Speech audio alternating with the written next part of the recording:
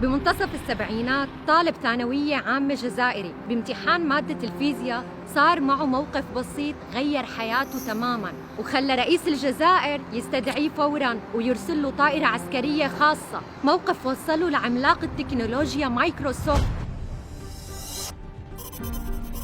مين هيدا الشخص وليش استدعاه رئيس الجزائر وكيف قدر يوصل لمايكروسوفت؟ العالم والعبقري بشير حليمي خلال امتحانات مادة الفيزياء اكتشف خطأ كبير بأحد الأسئلة. جاوب على السؤال وكتب ملاحظة صغيرة: جاوبت صح على سؤال خطأ. وبالفعل راجعت لجنة الامتحانات السؤال واكتشفوا الغلط. وبعد ذلك نجحت يعني في البكالوريا بتفوق، ومشيت والتقيت بالرئيس هواري بومدين واصبحت حكايه كبيره. بسبب هالموقف حصل على منحة خاصة من الدولة الجزائرية بجامعة مونتريال بكندا، تخصص بالبرمجيات، وخلال تحضيره للماجستير أسس شركة سماها أليس، شركة مختصة بإدخال اللغة العربية للكمبيوترات.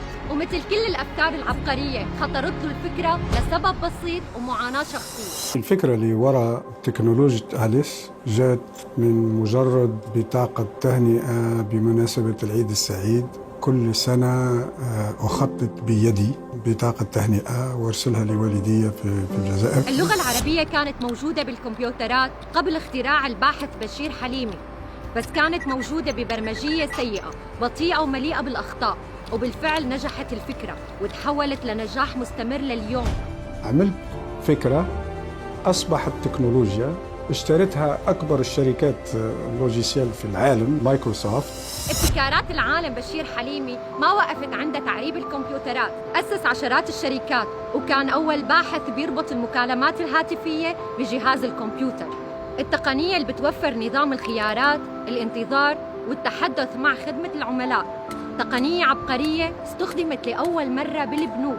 أغلب الشركات الهاتفية في العالم كانت تستعمل أجهزتنا. في مصر مثلا البنك الأهلي كان يستعمل جهازنا، بنوك في السعودية، في الكويت، في الإمارات، في الأردن.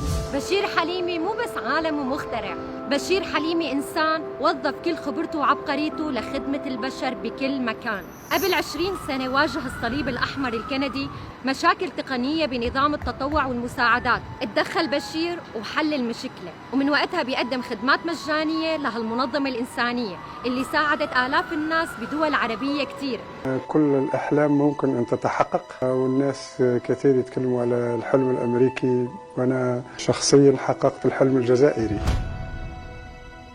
ملايين الناس بيكتبوا بالعربية على كمبيوتراتهم يومياً، مشاريع تخرج، بحوث علمية، نصوص إبداعية وروايات.